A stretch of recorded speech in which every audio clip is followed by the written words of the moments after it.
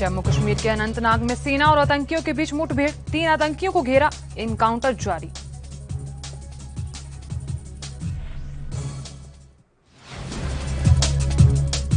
UP के महराजगंज में भीषण सड़क हादसा, 5 की मौत, कई घायल, सभी घायलों को अस्पताल में कराया भर्ती।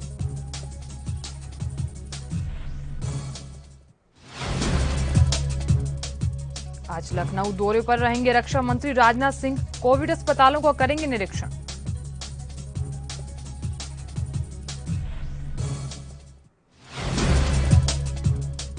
और कई दिन बाद देश के लिए आई अच्छी खबर सामने, 24 घंटों में 3,29,000 नए केस तो 3,55,000 से ज्यादा मरीज ठीक हुए।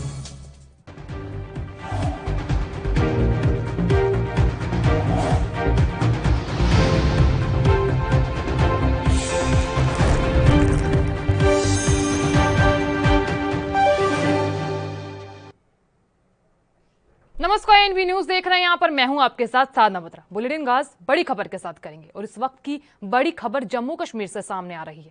जम्मू कश्मीर में security forces operation all out के जरिए आतंकियों की कमर तोड़ने की पुरजोर कोशिश चल रही है और आज सुबह भी जम्मू कश्मीर से मुठभेड़ की खबर सामने आई और इसमें 3 आतंकियों के घिरने की जानकारी सामने आई है। बता दें कि जम्मू और कश्मीर के अनंतनाग के कोकेरनाग इलाके के वेलू में आतंकवादियों और सुरक्षा बलों के बीच मुठभेड़ फिलहाल जारी है और दोनों ही तरफ से जमकर फायरिंग हो रही है। तो यहां आतंकी सुरक्षा बलों से घिरे हुए बताए जा रहे हैं। तो वहीं आईजीपी कश्मीर ने बताया कि लश्कर के 3 आतंकवादियों को मुठभेड़ में ट्रैप किया गया था। जानकारी के मुताबिक सुरक्षा बलों ने छिपे हुए आतंकियों को पहले आत्मसमर्पण के लिए कहा था, उनके परिवार को बुलाकर भी अपील कराई गई थी, लेकिन आतंकवादियों ने सरेंडर करने से इनकार कर दिया था। इसके बाद भी मुठभेड़ अभी भी जारी है और सुरक्षा बलों के मुताबिक पहले आतंकियों ने ग्रेनेड फेंका और फिर फायरिंग की, तो उसी के जवाब में सुरक्षा बलों द्वारा ये बड़ी कार्रवाई की गई।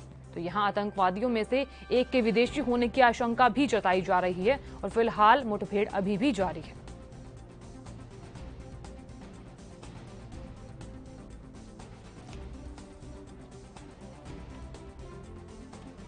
और इस बड़ी खबर पर अधिक जानकारी के लिए हमारे साथ रविंदर श्रीवास्तव जुड़ रहे हैं। रविंदर, जैसा कि आप जानते हैं कि जम्मू कश्मीर के अनंतनाग में मुठभेड़ जारी है और फिलहाल 3 आतंकवादियों के घिरे होने की खबर सामने आ रही है। फिलहाल क्या कुछ जानकारी सामने आ रही है?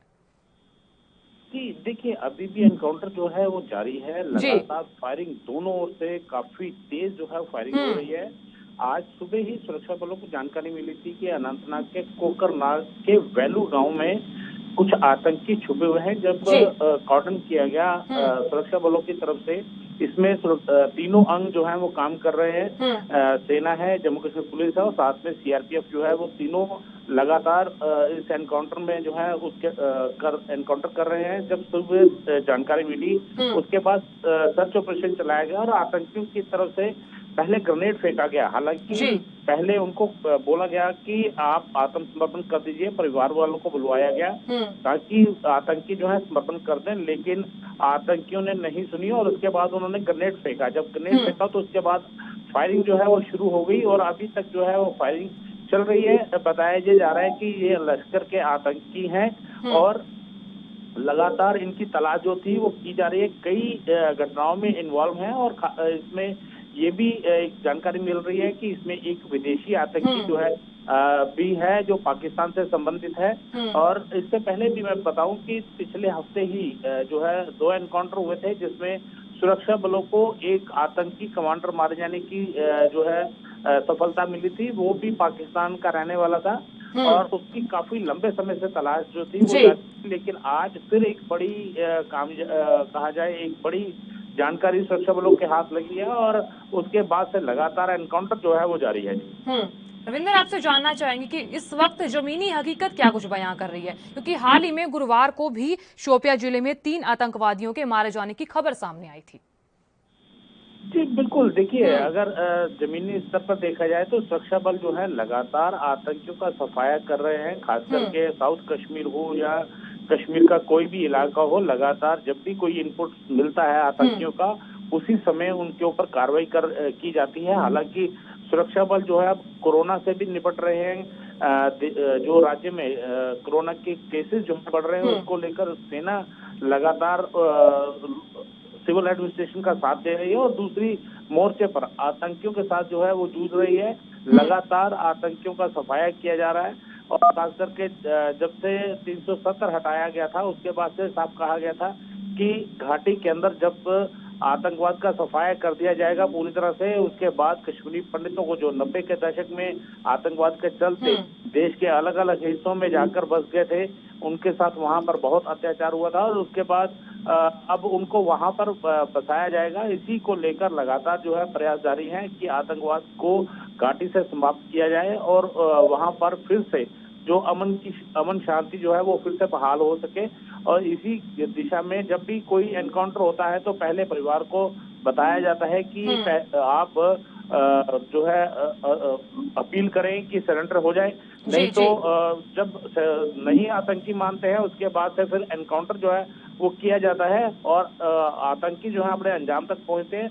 आज सुबह भी जो है जानकारी मिली थी कि कोकरनाग के वैलू गांव में 3 से 4 आतंकी जो है छुपे हुए हैं, जिसके बाद घेरा सख्त किया गया और आतंकियों से अपील भी की गई सरेंडर करने की, लेकिन आतंकी जब नहीं माने तो उसके बाद फिर एनकाउंटर जो है जारी है और अभी तक काफी कहा जाए कि तेज फायरिंग जो है दोनों ओर से हो रही है। जी जी जी रविंदर, बहुत बहुत शुक्रिया तमाम जानकारी देने के लिए और जानकारी साझा करने के लिए। आगे भी आपसे जानकारी लेते रहेंगे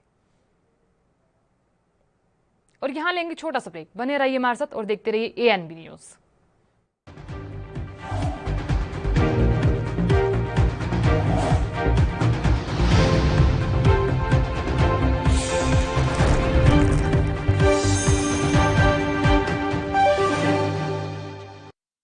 ਅਗਰ ਆਪਾਂ ਨੇ ਆਪਣੇ ਪਰਿਵਾਰਾਂ ਨੂੰ ਬਚਾਉਣਾ ਹੈ, ਬੱਚਿਆਂ ਨੂੰ ਬਚਾਉਣਾ ਹੈ, ਆਪਣੇ ਹੋਰ ਬਜ਼ੁਰਗ ਨੇ ਉਹਦੇ ਵਿੱਚ ਘਰਾਂ ਦੇ ਵਿੱਚ ਉਹਨਾਂ ਨੂੰ ਬਚਾਉਣਾ ਹੈ ਤਾਂ ਇੱਕੋ ਹੀ ਤਰੀਕਾ ਹੈ ਕਿ ਆਪਾਂ ਟੀਕੇ ਲਗਾਓ। ਤੇ ਇਹ ਜਿਹੜੀ ਕੋਰੋਨਾ ਵਾਇਰਸ ਹੈ ਇਹਦੇ ਉੱਤੇ ਫਤਿਹ ਕਰੋ। ਗਿਆਨੀਆਂ ਵਿਗਿਆਨੀਆਂ ਦਾ ਫੈਸਲਾ ਜੇ ਮੰਨੀਏ ਅੱਜ ਨਹੀਂ ਤੇ ਕੱਲ ਫਤਿਹ ਹੋਊਗੀ ਜ਼ਰੂਰ। आओ मिलके कोरोना नु हराइए। वैक्सीन लगवाओ, परिवार बचाओ। फतेह हो पंजाबिया, फिर फतेह होगी।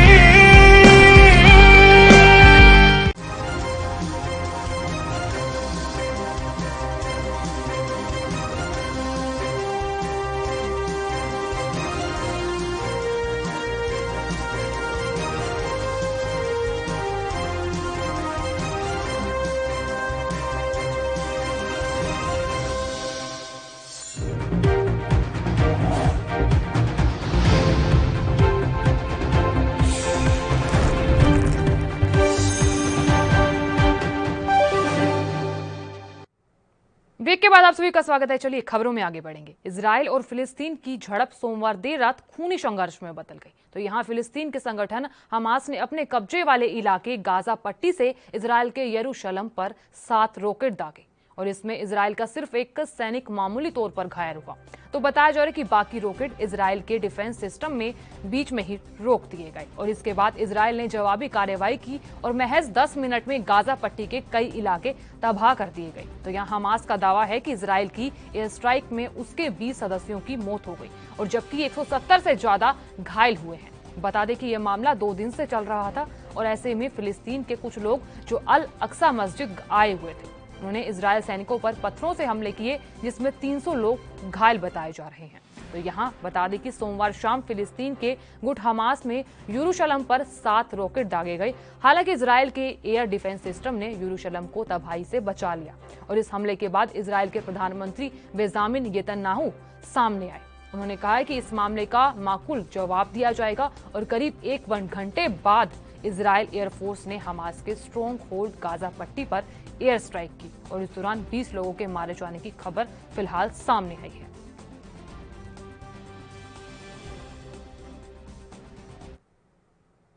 देश की सबसे पुरानी राजनीतिक पार्टी कांग्रेस का अगला अध्यक्ष कौन होगा, इसके लिए अब थोड़ा और इंतजार करना होगा क्योंकि कांग्रेस में आंतरिक चुनाव फिर टल गया है। आपको बता दें, एक तरफ जहां पार्टी के अधिकांश नेता राहुल गांधी को फिर से कांग्रेस की कमान सौंपने को वकालत कर रहे हैं, तो वहीं एक धड़ा G23 ऐसा भी है जिसका इससे अलग मत है। वहीं सोनिया गांधी, जो कभी राहुल गांधी को अपने उत्तराधिकारी के रूप में स्थापित करने के लिए उत्सुक थी, उन्हें मजबूरन अपने हाथों में फिर से पार्टी की कमान लेनी पड़ी है। तो यहाँ कुल मिलाकर पार्टी के अध्यक्ष पद के लिए 3 अलग अलग खेमे दिखाई दे रहे हैं। एक सोनिया गांधी के पक्ष में, दूसरा राहुल गांधी के पक्ष में और तीसरा इन दोनों से अलग स्वतंत्र खेमा है। और इस खेमे को G23 ग्रुप का नाम दिया गया है। और फिलहाल के लिए पार्टी में वफादारों और असंतुष्टों को साधने के लिए उन्हें विभिन्न कांग्रेस पैनल में समायोजित किया जाना है, यानी पार्टी में अब अहम पद दिए जा सकते हैं। उधर पार्टी की कमान सोनिया गांधी के हाथ में ही रहेगी। हालांकि कुछ कांग्रेस के अंदरूनी सूत्रों का मानना है कि राहुल ने ग्रैंड ओल्ड पार्टी का नेतृत्व करने के लिए नेहरू गांधी पार्टी के 6वें सदस्य बनने का मौका गंवा दिया, यानी कि ऐसे लोगों का मानना है कि राहुल को तत्काल पार्टी की कमान फुल टाइम के लिए संभाल लेनी चाहिए।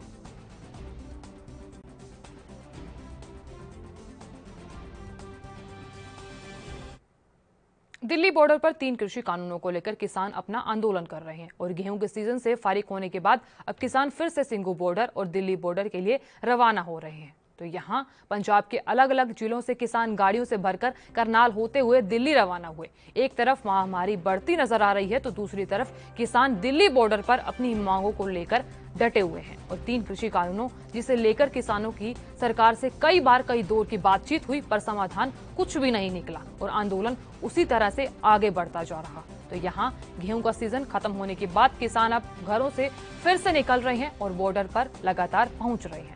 तो यहाँ किसानों का साफ तौर पर कहना है कि एक बार फिर से अब सरकार के खिलाफ हुंकार भरी जाएगी और प्रदेश के अलग अलग जिलों से गाड़ियों में भरकर किसान दिल्ली जा रहा है।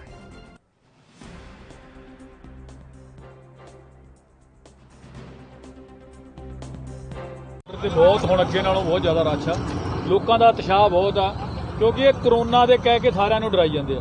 ਤੁਸੀਂ ਦੱਸੋ ਕਰੋਨਾ ਲਈ ਸਰਕਾਰ ਨੇ ਕੀ ਕੀਤਾ? ਨਾ ਤਾਂ ਇਹਨਾਂ ਕੋਲ ਕੋਈ ਡਾਕਟਰ ਅਵੇਲੇਬਲ ਹੋਇਆ, ਨਾ ਇਹਨਾਂ ਕੋਲ ਗੈਸ ਅਵੇਲੇਬਲ ਹੋਈ ਆ, ਨਾ ਆਕਸੀਜਨ ਹੋਈ ਆ, ਨਾ ਕੋਈ ਦਵਾਈ ਆ। ਜਿਹੜੀ ਦਵਾਈ ਉਹ ਤਾਂ ਨਾ ਬਾਹਰ ਦੇਤੀ। ਆ ਦੇਖਿਆ ਤੁਸੀਂ ਪਿੱਛੇ ਨਕਲੀ ਦਵਾਈਆਂ ਇਹਨਾਂ ਕੋਲ ਕਿੱਥੋਂ ਫੜ ਹੋਈਆਂ ਜਾ ਕੇ। ਇਹ ਸਾਡੇ ਲਈ ਨਕਲੀ ਰੱਖੀਆਂ ਸੀ ਤੇ ਲੋਕਾਂ ਲਈ ਅਸਲੀ ਜਿਹੜੇ ਬਾਹਰਲੇ ਸੀ ਉਹਨਾਂ ਨੂੰ ਅਸਲੀ ਦੇਤੀਆਂ, ਸਾਡੇ ਨਕਲੀ ਲਾਉਣ ਲਈ ਰੱਖੀਆਂ ਸੀ। ਇਹ ਮੋਦੀ ਸਰਕਾਰ ਫੇਲ ਆ। जिन्नियां सूबे दी सरकारां मैं तो सारियां फेल ही कहूँगा, सारियां ते कुछ भी पल्ले है नहीं। सब आपो अपने घर भरन लगे हुए। किसान नूं तां कोई दे के कुछ खुश ही नहीं, कोई गल करन नूं तैयार नहीं। हुण क्या कुछ किया अभी तो हम भी जब भी सरकार सद्दा देगी, स्नेहा भेजेंगे, किसान जो लीडर हमारे हो जाएंगे, बात करेंगे।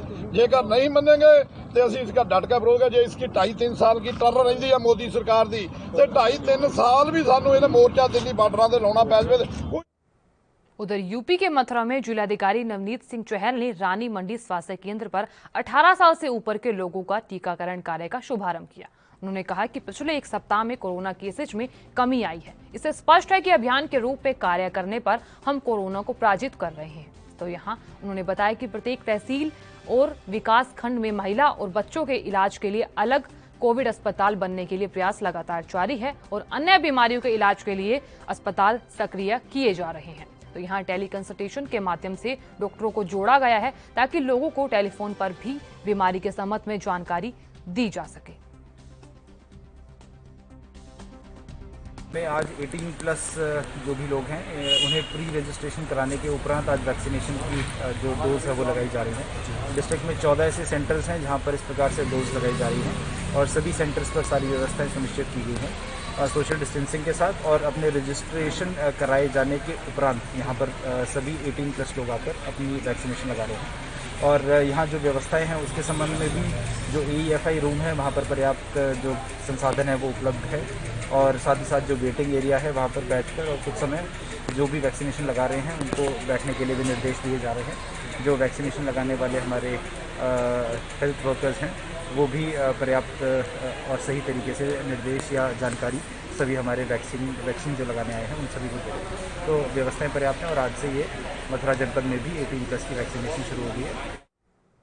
और यहाँ लेंगे छोटा सा ब्रेक, बने रहिए हमारे साथ और देखते रहिए ANB न्यूज़।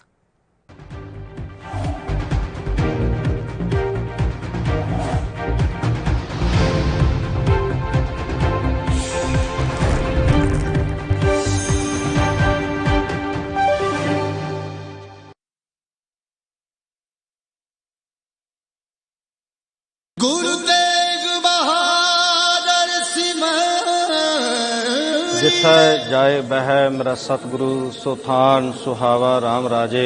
जिस जगह ते यह स्थान सुशोभित है गुरुद्वारा श्री दोखनवाਰਨ साहब, इत्थे बड़ा छोटा जिहा पिंड सी लहल पिंड। तो गुरु साहब जी ने जो अपना आसन इत्थे आके लाया तो इस नगर दे रहन वाले भाग राम जो आके गुरु साहब जी नूं बेनती की कि गुरु पातशाह कृपा करो इस नगर की आबादी बहुत थोड़ी है तो सतगुरु पातशाह जी ने वचन किया कि इत्थों की आबादी बहुत होगी, उगा शहर होगा और इत्थे जिहड़ा है बहुत सोहना सुंदर अस्थान होगा। जगत में गुरु साहब पातशाह जी ने वचन किया कि इस सरोवर दे विच शरधा सहित इशनान करेगा, उहदे सारे रोग दूर होणगे, मन इच्छित फल की प्राप्ति होगी।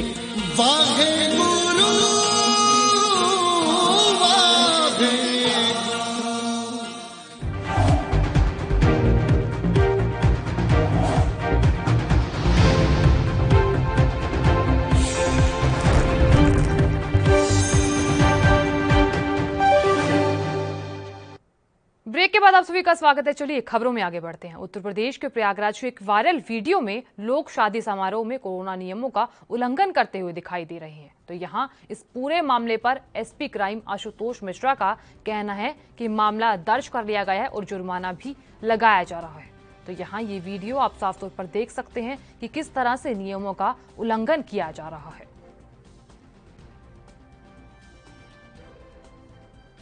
बताया गया है कि बहुत सीमित लोग आएंगे, चूंकि कोरोना महामारी फैली हुई है, तो जिसने भी इसको इस तरह की हरकत की है उसने उल्लंघन किया है दिए गए शर्तों का, इसलिए उस पर अभियोग पंजीकृत किया गया और उनके ऊपर जुर्माने भी लगाए जा रहे हैं। जिस तरीके से डांस हो रहा था, अश्लील डांस, हाँ, उस पर सब पे कार्रवाई, अभियोग पंजीकृत हुआ, उनके विरुद्ध कार्रवाई होगी। इंस्पेक्टर से भी मेरी बात हुई है और उससे जुर्माने भी कर रहे हैं और जो लोग उसमें इन्वॉल्व हैं जिनने कराया।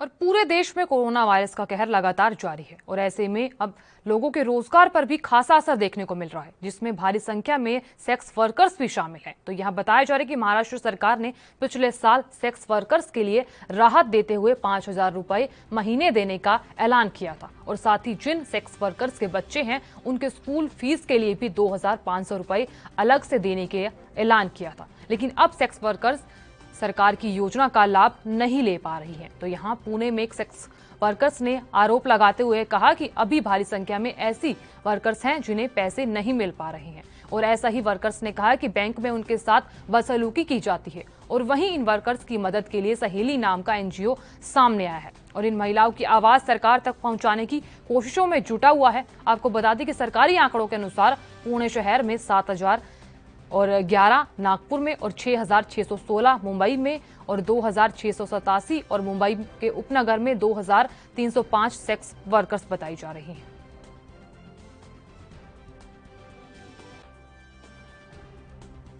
दो महीना पहले सब औरत लोगों के साथ मेरा भी पेपर जमा किया, कुछ कुछ आया, कुछ कुछ नहीं आया। तो मैं गया था जिस बैंक में वो लाल कार्ड बनाया 100 रुपये खर्च करके, उधर गया, उधर बोला लाल बिल्डिंग में जाओ, सरिता मैम के पास जाओ, अदर गवर्नमेंट से मैसेज नहीं आएगा तो हम क्या कर सकता है। तो मेरा पैसा कहाँ गया, मेरा मोबाइल पे कुछ भी नहीं आया, मैसेज नहीं आएगा तो वो लोग पैसा नहीं देगा। ये कब भरा था आपने जो फॉर्म भरा था? 2 महीना पहले। और आपके साथ वालों को, बाकियों को किसी को मिला? हाँ मिला, किसी किसी को मिला, किसी किसी को नहीं मिला। जिन जिन लोगों को मोबाइल पे मैसेज आया तो मैसेज में 15,000 का अमाउंट लिख के दिया। तो वो मैसेज मिलने के बाद वो सामने वो उसको क्या बोलता है, सामने वाला वो पोस्ट बैंक है ना, उधर गया, उधर जाके दिखाया, फिर उन लोगों को पैसा दे दिया। मैं जाके आज भी गया, आज जाके चेक किया, मेरा वो लाल कार्ड, बोला पैसा आपका आया ही नहीं हो।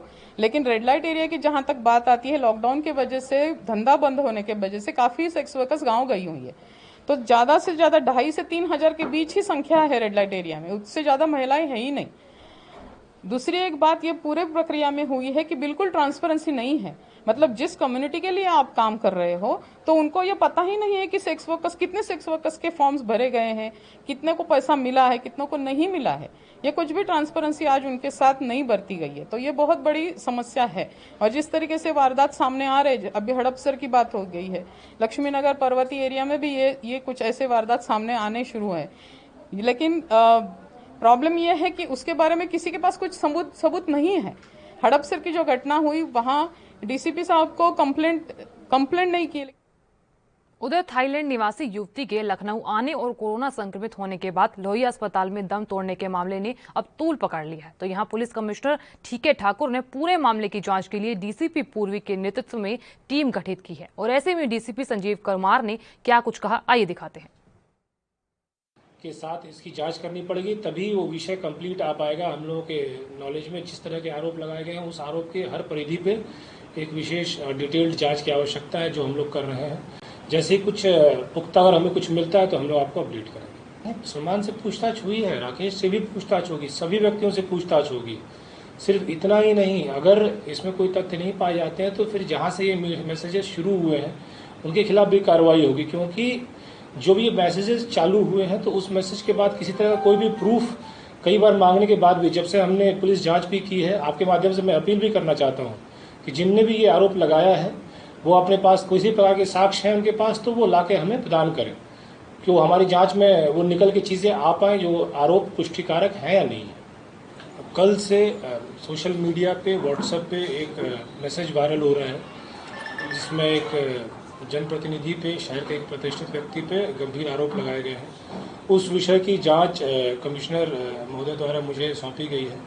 उस प्रकरण की मैं पूरी जांच कर रहा हूं। इसमें जैसे ही कोई अपडेट होगा या ये जांच पूरी होगी तो आप लोगों को भी अवगत कराया जाएगा और इसी केस के लिए हम लोग जो भी इस जांच रिपोर्ट को बना करके ऊपर प्रेषित करेंगे। ये महिला एक सर्टिफाइड थेरेपिस्ट है, स्पा की वर्कर थी। यहाँ एक स्पा चलता है, O2 थाई स्पा नाम है उसका, वहाँ पे वो कार्य करती थी, कार्यरत थी। उसके पास डॉक्यूमेंट्स थे इन सब चीज़ों के। इससे पहले भी वो महिला यहाँ आती रही है। और यूपी के बिजनौर में चाचा भतीजे के डबल मर्डर के बाद पुलिस ने 6 आरोपियों पर 25,000 का इनाम रखा था और साथ ही घर की कुर्की के आदेश भी दिए थे। तो पुलिस का साफ तौर पर कहना है कि अगर आरोपियों की गिरफ्तारी नहीं हो पाई तो उप महानिरीक्षक मुरादाबाद के माध्यम से हर अभियुक्त पर अलग अलग 50,000 रुपए का पुरस्कार घोषित कर दिया जाएगा।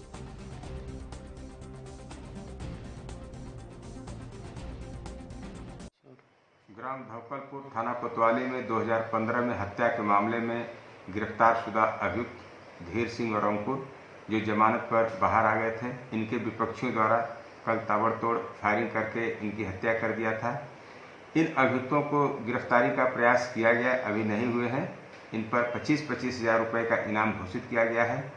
जो कोई सूचना देगा या गिरफ्तारी में सहयोग करेगा उनको 25,000 रुपये का पुरस्कार दिया जाएगा। इनके कुर्की के भी। हरियाणा के चरखी दादरी शहर के चंपापुरी जौलघर में आपसी कहासुनी को लेकर एक युवक को चाकुओं और डंडे से हमला कर हत्या करने का मामला सामने आया है। तो यहां हमले के दौरान बचाव के लिए पहुंचे मृतक के भाई पर भी चाकुओं से हमला कर उसे घायल कर दिया गया। तो आरोपी हमला करने के बाद मौके से फरार हो गया। पुलिस ने मामले में 3 नामजद समेत आधा दर्जन के खिलाफ हत्या का केस दर्ज करते हुए जांच शुरू कर दी है। बता दें कि चंपापुरी कॉलोनी निवासी 22 वर्षीय विकास जांगड़ा बीती देर रात घूमने के लिए जौलघर की ओर आया था। तो यहाँ आधा दर्जन युवकों के साथ किसी बात को लेकर कहासुनी हो गई और इस दौरान युवकों ने विकास पर डंडों से हमला कर पैर तोड़ दिए और चाकुओं से हमला कर दिया।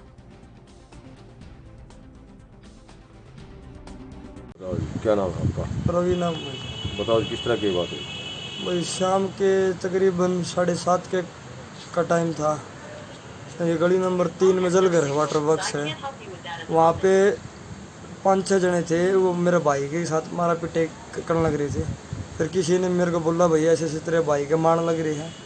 फिर मैं, मेरा छोटा भाई सुखवीर, हम दोनों भाग के गए।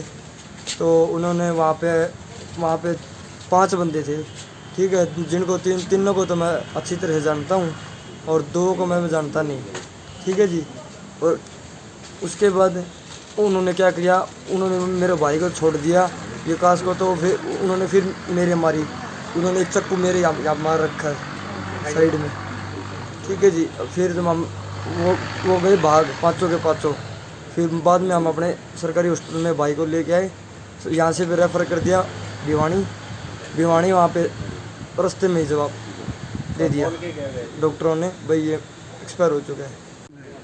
आज हमें सूचना मिली थी कि चंपापुरी दादरी में 3 आदमी नामजद और 3 अन्य ने विकास को चाकुओं और डंडों से हमला करके हत्या कर दी, जिस पर FIR दर्ज कर लिया। पोस्टमार्टम करवा कार्रवाई की जा रही है। आरोपियों जल्द गिरफ्तार कर लिया जाएगा। को टीम गठित करेंगे, FSL की टीम भी मौका। हरियाणा के यमुनानगर के चौघादरी पुरानी अनाज मंडी से एक दंपत्ति की तकिए से गला दबाकर हत्या करने का मामला सामने आया है। तो जानकारी के मुताबिक आपको बता दें कि ये मामला लूटपाट का बताया जा रहा है। तो यहाँ हत्यारों ने लूटपाट के दौरान ही दंपत्ति को मौत के घाट उतारा और फिलहाल पुलिस ने दोनों शवों को कब्जे में लेने के बाद अज्ञात व्यक्ति के खिलाफ हत्या का मामला दर्ज कर लिया गया है और फिलहाल जाँच शुरू कर दी गई है। कल रात को 9 बजे इनकी ना थोड़ी हालत खराब थी। हम लोग तो पोंटा में रहते हैं, हमने 9 बजे फोन करा रात को। 40 मिनट तक हमारी बात हुई है। पापा जी ने बोला कि हमारी तबीयत ठीक है। फिर सुबह हम ना, क्योंकि हमें थोड़ा इनके ऊपर कोविड का शक था, भी शायद इन्हें कोविड की प्रॉब्लम हुई है, तो हम इन्हें सुबह फोन करे जा रहे थे लगातार, तो कोई फोन नहीं उठा रहा था। फिर मैंने, हमारी पड़ोसन है यहाँ पे, उनको फोन करा कि एक बार घंटी बजा के ये बोल दो कि भी उनको आपका पोंटा से फोन आ रहा है, फोन उठा दो। उन्होंने नहीं फोन, किसी ने कोई रिस्पॉन्स नहीं दिया। देन उन्होंने, बेचारे पड़ोसियों ने कई तरह से कोशिश करी कि भी किसी तरह ये जवाब दे दें।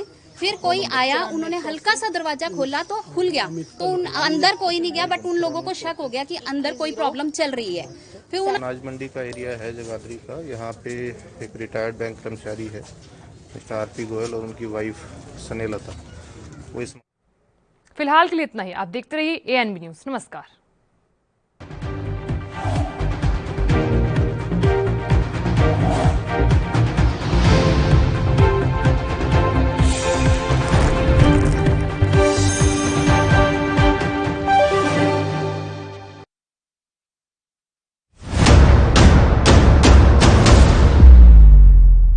हक की बात दोपहर 12 बजे सिर्फ ANB न्यूज पर।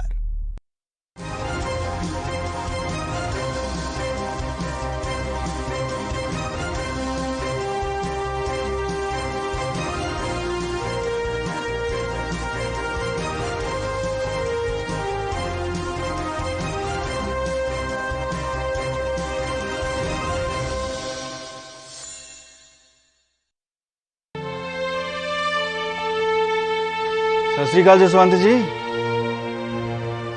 हाँ जी जसवंत जी, की हाल है? हकीम साहब, 2 दिन हो गए, बुखार ही नहीं उतर रहा। चाचा घबरा ना, 2 पुड़ियां खा ला, मौसमी बुखार आ, 2 दिन से चला जाऊगा। ओए तू ओही नीम हकीम है ना जिसने पिछले हफ्ते सरदूल ਨੂੰ ਕਿਹਾ ਸੀ ਕਿ ਤੈਨੂੰ ਟਾਈਫਾਇਡ ਹੋਇਆ, ਤੇ ਉਸ ਤੋਂ ਪਿਛਲੇ ਹਫ਼ਤੇ ਬਲਰਾਜ ਨੂੰ ਕਿਹਾ ਸੀ ਕਿ ਤੈਨੂੰ ਠੰਡ ਲੱਗੀ ਹੈ। ਅੱਜ ਉਹ ਦੋਵੇਂ ਬੰਦੇ ਵੈਂਟੀਲੇਟਰ ਤੇ ਪਏ ਨੇ। ਕੋਵਿਡ ਹੋਇਆ ਸੀ ਉਹਨਾਂ ਨੂੰ, ਪਤਾ ਨਹੀਂ ਬਚਦੇ ਵੀ ਕਿ ਨਹੀਂ। ਓਏ ਬਾਬਾ, ਇਹਨਾਂ ਨੀਮ ਹਕੀਮਾਂ ਤੋਂ ਬਚ ਤੇ ਡਾਕਟਰ ਤੋਂ ਚੈੱਕਅਪ ਕਰਵਾ। ਭੱਜ ਇੱਥੋਂ, ਮਾਰ ਲੱਗਿਆ ਸੀ ਮੈਨੂੰ। ਜਦੋਂ ਵੀ ਕੋਰੋਨਾ ਵਾਇਰਸ ਦਾ ਕੋਈ ਲੱਛਣ ਜਿਵੇਂ ਕਿ ਬੁਖਾਰ, ਗਲਾ ਖਰਾਬ ਆਦि ਆਉਂਦਾ ਹੈ ਤਾਂ ਉਸੇ ਵੇਲੇ ਡਾਕਟਰ ਕੋਲੋਂ ਚੈੱਕਅਪ ਕਰਾਓ। ਨੀਮ ਹਕੀਮ ਤੋਂ ਦੂਰ ਰਹੋ। ਸਮੇਂ ਸਿਰ ਚੈੱਕਅਪ ਨਾਲ ਤੁਹਾਡੀ ਜਾਨ ਬਚ ਸਕਦੀ ਹੈ। पंजाब सरकार वालों जनहित विच जारी।